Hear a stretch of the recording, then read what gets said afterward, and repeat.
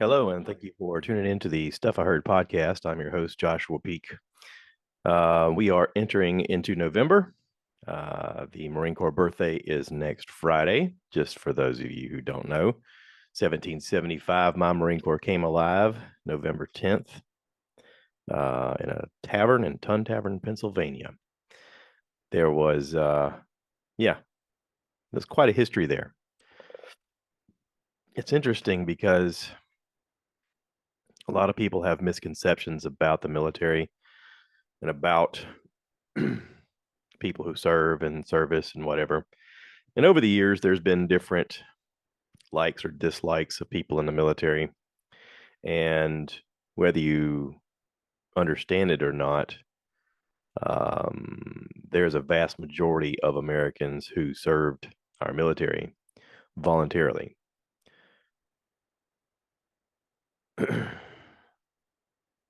During which you take an oath to defend the country against forces, um, foreign and domestic.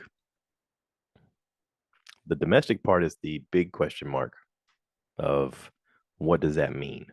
What does that mean for our future? Don't know. But basically, to me, it means take care of your neighbor, take care of your neighborhood, take care of your people. It's a vow. Be a protector.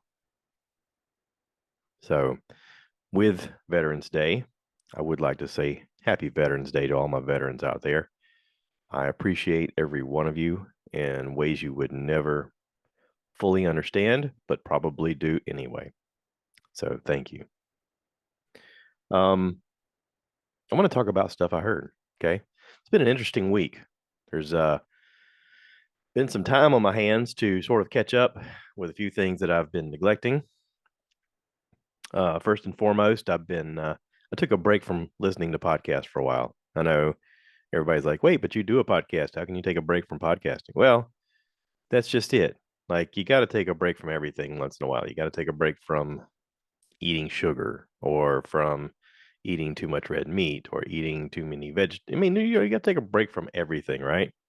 Um, you can listen to politics and then have a certain point where you go, can I just take a break from listening to all this crap? Because you got to. Or you could have the exact opposite. You could go through a long spell where you don't pay attention to any politics and then you realize, oh crap, I really need to pay attention because now these politics are starting to affect my life and maybe I need to be well versed. We all have to ebb and flow in our lives to understand who we are, where we want to go, and what we're doing, right? Um, Someone asked me about the war happening overseas, and I don't have to name a war. You could just say any war, okay? Any conflict happening overseas. Hey, what do you think about this conflict overseas? And my first reaction, being a fellow who's almost 50 now, who served in the Marine Corps for our country, I would say, first and foremost, that it is a responsibility of people who can help other people to do so. It is also a very convenient distraction to take us away from what we need to be focused on. And if you ever watch House of Cards, you will see how distractions are primarily how the people in power stay in power. If we were not distracted by things like podcasts, like my podcast, like anybody's podcast, or anybody's musical life or tour, when we just focused on the people who were making laws and passing judgments and increasing our taxes and increasing our cost of living, and we actually talked about the things that mattered, like our budget, like where our money is going, how we're taxed on every dollar we make when it comes in the door, when it goes out the door. After we've spent the dollar, then we get taxed again. If we would actually talk about how our earnings are only worth a third of what we actually make, then maybe the people who were in charge would be nervous. maybe the people in charge would be replaced. Maybe policies would be changed, and the people who hold the money would no longer hold the money. But no, we like to be distracted. We love it, as a matter of fact. We just want to keep our heads down, do whatever we got to do to make it to the next distraction, right? Let me tell you about some distractions because I'm guilty of it just as well. We got college football going on. We got pro football going on. And I can tell you that the place that I work, that is 90% of the conversations outside of what is work. It's their favorite team, it's how their favorite team is doing, where their players are going, how they're possibly betting on games and possibly betting on point spreads and situations like that. And for a lot of people, they need those distractions to even show up to work because dealing with the day to day stuff is mind boggling. The struggles that we go through as people is mind boggling. The things that we have going on at home can be infuriating. This past week, on Halloween Day, we did celebrate Halloween. Happy Halloween, everybody. Um, Joe Rogan did a podcast with Elon Musk, two of the most fascinating people that I think are alive right now. Sat down for 2+ hours and had a conversation. Elon brought his Cybertruck into the studio.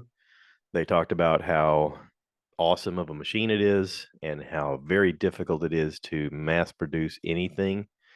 And Elon went on to talk about how there really should be a documentary movie or whatever done about how very difficult it is to manufacture anything. Um, they brought up a movie about years ago. The movie's Duck Gung Ho. Uh, Michael Keaton talked about how they were making cars in America and a Japanese company moves in, takes over, and wants them to build them the Japanese way. And it kind of works, but it kind of doesn't. And there needs to be an amalgamation of cultures in order to succeed, especially when you're trying to make a car in another country and you're using their people to do it. Um, there is good from everybody's culture that could be beneficial to help people find the motivation to work and to help find um, the inspiration for creativity and all of that stuff. But Elon basically just went on to talk about how very difficult it is to mass produce anything and have it so that you can make a product that is cost effective for people. Um, I know a lot of people right now are experiencing lower gas prices in their area, and they're like, "Yeah, but why would I want to buy an electric vehicle? Aren't they made from conflict materials?" Yeah, so is almost everything you own. You know that supercomputer phone that you love that you can do everything with and find any piece of information? That's conflict materials right there. You can't say it that it's going to be something that you don't want. I guess you could say you don't want it, but it's going to be part of our future. Electric vehicles are going to be part of our future. Um, I'm just happy that someone like Elon Musk is involved with it because he is trying to help move the human race forward. Um, he sees an opportunity for us to learn and an opportunity for us to change policies.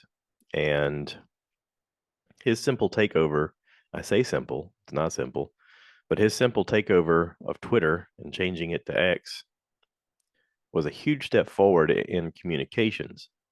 And I don't think people fully understand how valuable and important that is because the company as a whole was starting to be used by factions of our government to only show one side of politics and to completely silence another side. It had become a machine of propaganda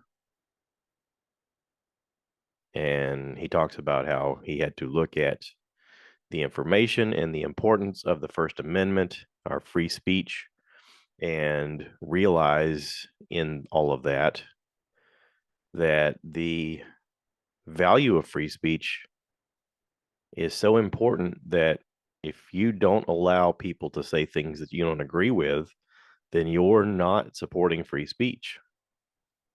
You have to allow people to say things that you don't appreciate or don't agree with so that you can have a conversation. Otherwise, you can't say that you're supporting free speech. I'll give you an example. I like Bert Kreischer as a comedian, right? Out there, I'm sure there's people that are like, oh, I hate Bert Kreischer. Okay. If I believe in free speech, they have to allow you to say that. It sort of goes back to the um, time when I was a young man in high school. They started having these political protests on television, and these guys were going on television and burning the American flag. And there was a big, I want to say argument, but argument's not even the correct word. There was a big topic of discussion of, is burning the American flag a version of free speech? And as someone who served in the Marine Corps, I can tell you that my belief is that yes, it is a version of free speech, but it's also very disrespectful. And if you're willing to do something like that, if you are willing to go out into public and burn an American flag, then you should also be willing to take a punch in the face from someone who lost their best friend's life in a conflict, supporting that flag, supporting the ideas of, we're here to do a job, and we have this flag and we believe in this flag. And the flag, listen, it's just a flag, okay? But what it represents to a lot of people is the idea of freedom, the idea of sacrifice, the idea of brotherhood. I've heard it said in movies before, oh, are you fighting for your country? Your politicians believe blah, blah, blah, blah, blah. And time again, you hear someone say, it's not about them. It's about the guy next to me. It's about the person next to me. I don't want them hurt. I'm going to do everything I can to protect them. Sometimes you see glimpses of it in movies where soldiers are given orders, and sometimes they disobey those orders because they realize, hey, this isn't the right thing to do. All of that is what that flag represents to me. That's why I have one in my garage. But again, it goes back to free speech. Are they allowed to do it? They should be. They should also be allowed to be punched in the face for being disrespectful. Does that make sense? Yeah. So, with Elon taking over Twitter and changing it to X, and then allowing people to openly write whatever, you can write whatever, okay? But you may have consequences. That's free speech. So, it's a very cool podcast. It's a very cool distraction. I liked it. I'm still listening to it, as a matter of fact. Elon brought the Cybertruck in. He talked about how they were testing it to see how strong the panels were. They're going to put out a video where they shot it with a machine gun and the bullets just bounced off. Um, Joe asks him, is it completely bulletproof? And he says, well, sort of. The glass isn't, but you can make it bulletproof. They do make glass that is bulletproof, but the problem is when you get it thick enough to be bulletproof, you can't have them roll down. They have to be fixed glass. Um, but he's like, if you want to upgrade that, then I guess it's something you could do. And Joe asked him about, could he shoot an arrow at it? Would it penetrate the metal? And Elon's like, what are we talking about? And he starts telling them the size of the compound bow he has and the arrow and the grain. And, Joe goes out and hunts elk and bear. And, you know, he's like, I don't know, let's try it. So they go out in the garage and try it. And there's some cute video and photos of Joe shooting this arrow at it, and it basically flattened the front tip of the arrow, and it splintered the it made the head flat, and it splintered the arrow. So pretty cool experiment. I'm just again, I'm so happy that these two guys are alive and doing what they're doing and communicating with the world. And I'm really happy that Joe is so curious and asks lots of questions, and that Elon is so open to talk about whatever. Um, I mean, this is truly a fun experience for me to listen to these two guys. So it is episode 2054. It came out on Halloween. So if you wanna distract yourself with that, there you go. Um, for me and my wife, we decided that this year we were not going to stand at the door and hand out candy. Instead, we were going to do something with our friends. So we all bought tickets to go see Taylor Swift's movie of her tour called Eras. It's if you haven't heard, Taylor Swift is a billion-dollar uh, music performer, songwriter, producer, whatever you want to call it, all of the above. She is a force in reckoning. she Her movie Eris is basically a movie of her tour. And if you get the chance to see her on tour, that's awesome. Happy for you. The tickets are crazy expensive from what I hear. The movie that is out right now is 2 hours and 45 minutes long. And I think we paid $13 a ticket, or just over $13 a ticket. And it was worth it. Um, I am not what you would call a Swiftie, which is one of their diehard fans, but I like Taylor Swift. I like the songs she does. I know right now there's a lot of people who like football who are like, why are we watching Taylor Swift? Why does anybody care? Okay, so for those guys who have their head in the sand, Taylor Swift is one of the biggest music acts right now. She is in a single person as big as the Beatles, pretty much. Okay. If you're curious about it and you think, oh, her fan base is just all women, 52% are. The other 48 are dudes. So that's straight off of Google. Um, listen. I'm a fan of Taylor Swift. I like her. I think she's good. She's a great musical artist. She's got a great voice. Her songs are good. She's an awesome writer. Um, yeah. So anyway, we went on Halloween to the movie theater, which was an interesting experience all in itself.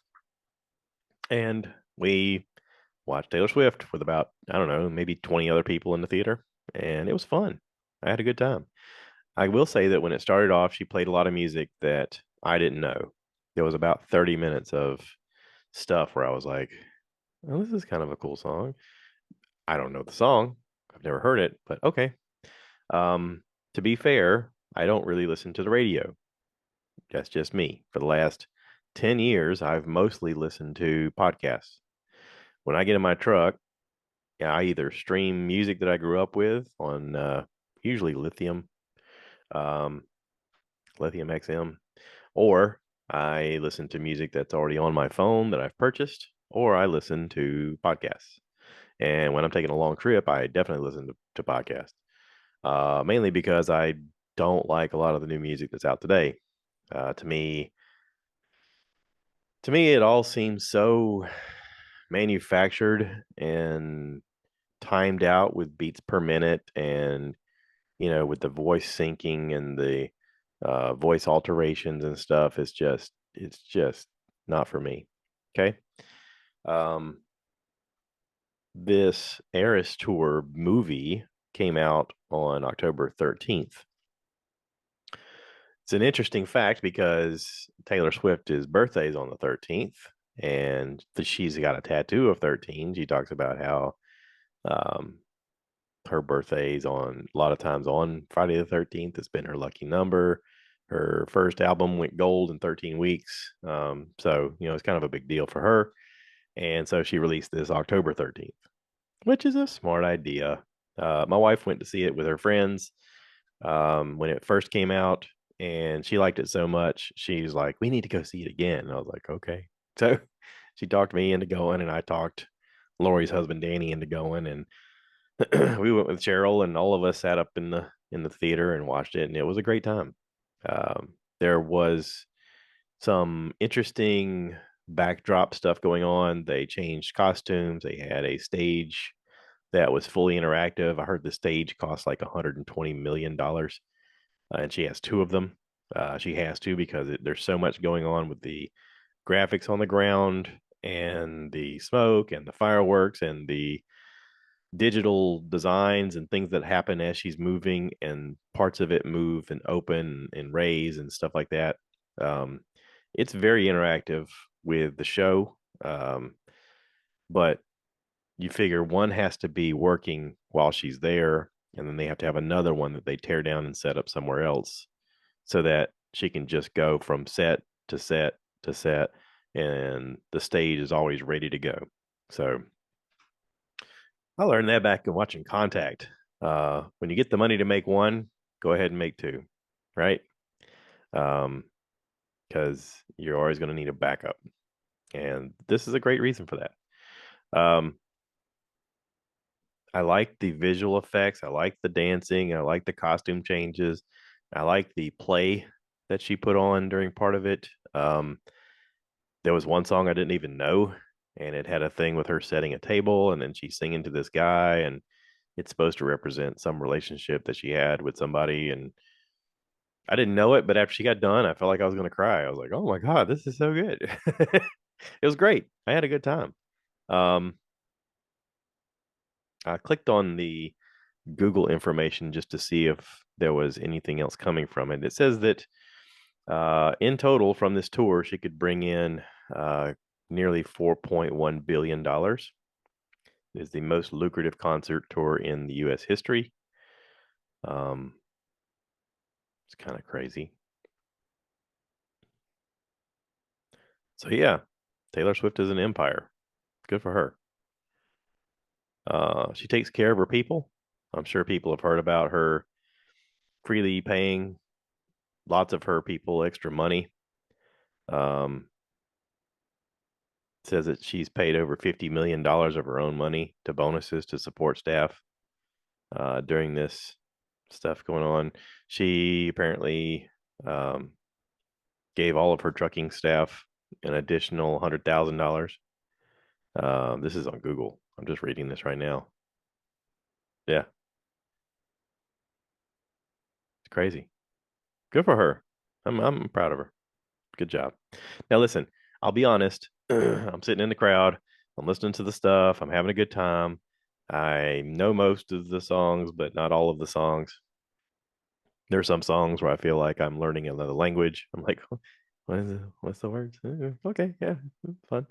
But she gets to the acoustic set. She starts playing the guitar, and right away I know it's the first one that I heard on the radio. Our song is the slam screen doors, sneaking out late, talking on my window. I love that song. When it came out, I was like, oh, I love this song. I love it. I started singing along, and I hear over the corner one of my friends go, "You're such a dork." Yes, I am. Yes, yes, I am. Embrace your inner dorkdom. Do it. That's where the fun is. Yeah. Um. Okay. So that's a distraction, a fun distraction. Here's another one. I wanted to get into the Halloween spirit, and I talked about watching some scary movies. Talked about trying to find something that could captivate me and keep me interested, but also I don't like scary movies. Like scary movies freak me out. They really freak me out. And I have a hard time, I guess because of my imagination, I have a hard time disconnecting to go to sleep because then I dream about the stuff that I've watched. But there was a show on Netflix that a friend of my wife's, a friend guy that I know, he was in the Marine Corps. He made a comment to her. He goes, "Hey, I know Josh likes to watch a lot of cool stuff. Has he watched this show? It's really great." And so she asked me about it. It's called The Fall of the House of Usher. And I clicked on it and I was like, okay, well, what is this?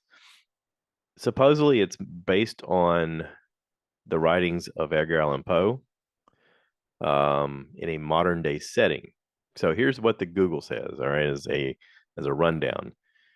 Siblings Roderick and Madeline Usher have built a pharmaceutical company into an empire of wealth, privilege, and power. However, secrets come to life when the heirs of the Ushers the Usher dynasty start dying. So the cast is incredible. The writing is even more incredible. The special effects are incredible. Everything about this is pretty incredible. Um, I was blown away. It's like 8 episodes. I thought, well, I'll just watch this first episode. I'm sure I won't get interested, and I'll be like, yeah, yeah, it was okay. Right off the bat, I recognized Mark Hamill's in it. Luke Skywalker, man. But he's great. Like he's this lawyer who knows everything, and he's very powerful and very in control, and it's a really great role for him. The main character, Bruce Greenwood, plays Roderick Usher. He is captivating. When he's on screen, you can't take your eyes off of him. Everybody's like that. Um, there's a woman who I don't know if she's supposed to be the devil or if she's the crow or if she's death itself. Her name is Carla uh, Gugino. Gugino? Gugino. Gugino. I don't know. It says her name is Vema. Anyway, you never hear anybody call her by a name, but she's been in a lot of things. She looks like she could be the girl next door, but that she also might kill you.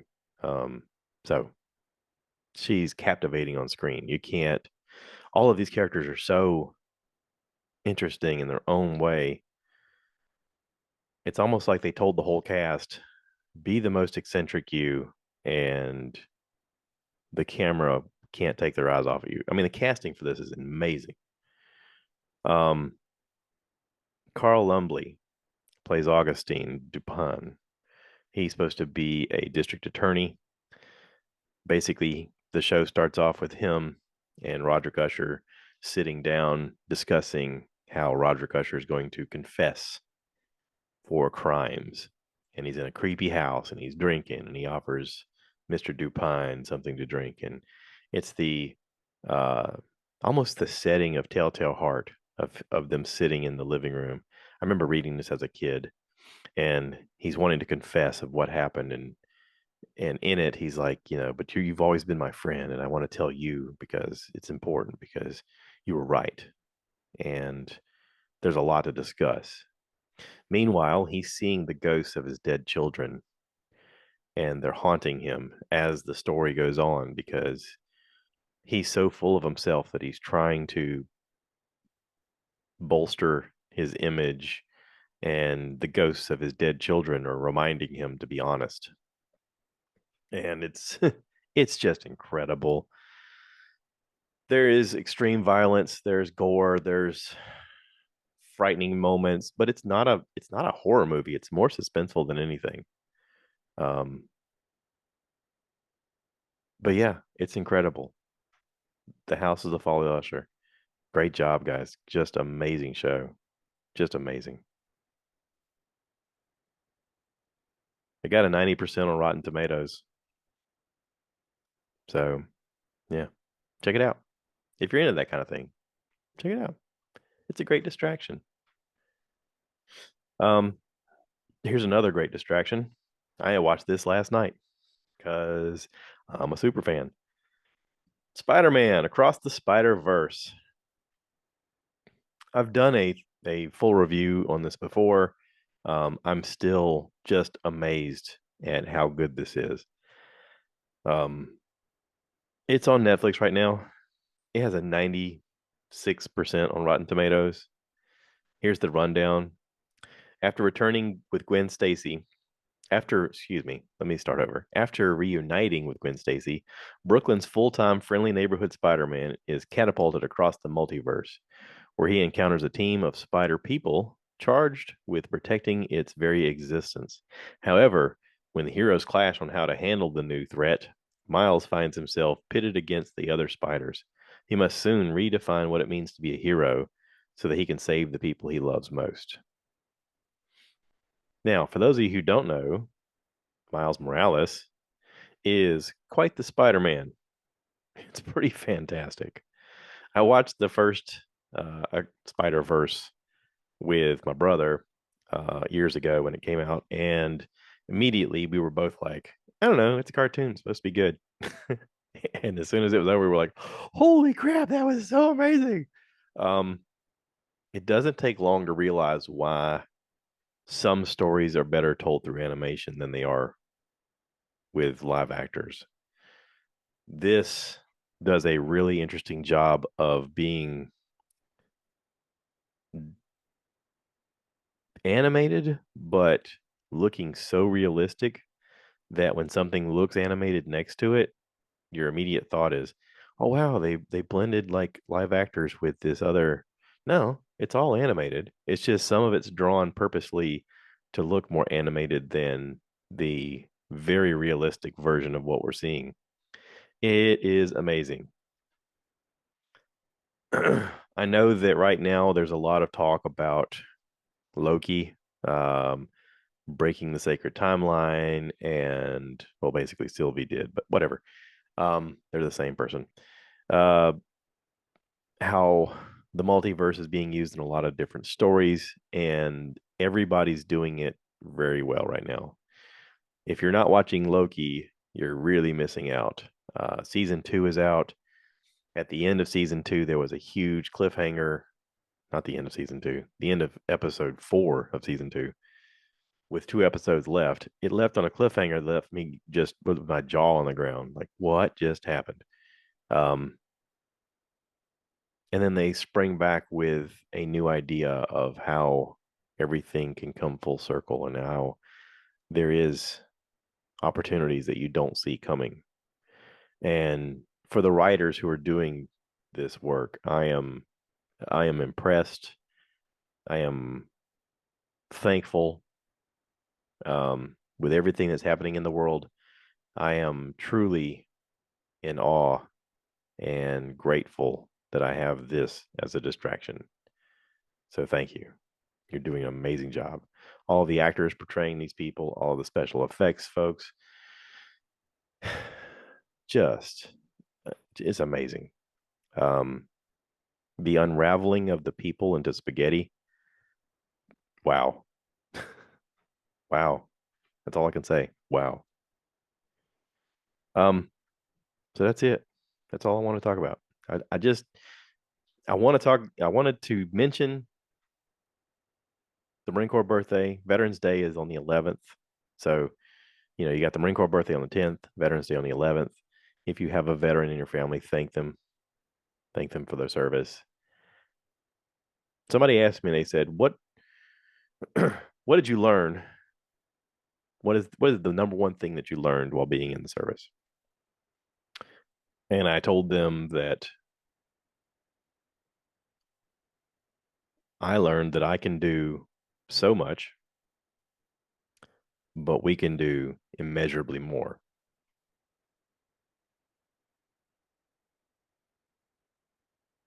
We all have it within ourselves to be great. Chester Nimitz said, "Uncommon valor is a common virtue," which basically means that anybody can become a hero. When time comes, everybody has it within themselves to do the right thing, to stand up, to take action. But some people need a push. Some people need structure. Some people need a direction. And I got all of that. It was good for me. But the biggest thing that I learned is with like-minded people, we can do so much more. So do that. Find some like-minded people, have a direction, do more. That's it. Thanks for listening, everybody. If you'd enjoyed this, if you want to be part of it, let me know. I'd love to have you on. We could talk about anything. Um, yeah, y'all take care. If you watch Fall of the House of Usher, or if you see Taylor Swift's Eras, or Across the Spiderverse, or any of that stuff, you want to talk about it, hit me up. I'm really enjoying Loki. There's only one episode left of this season, and they got a lot to do, so should be fun to watch.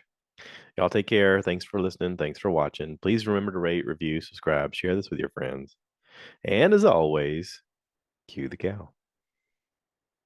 Cue the cow. Moo, baby.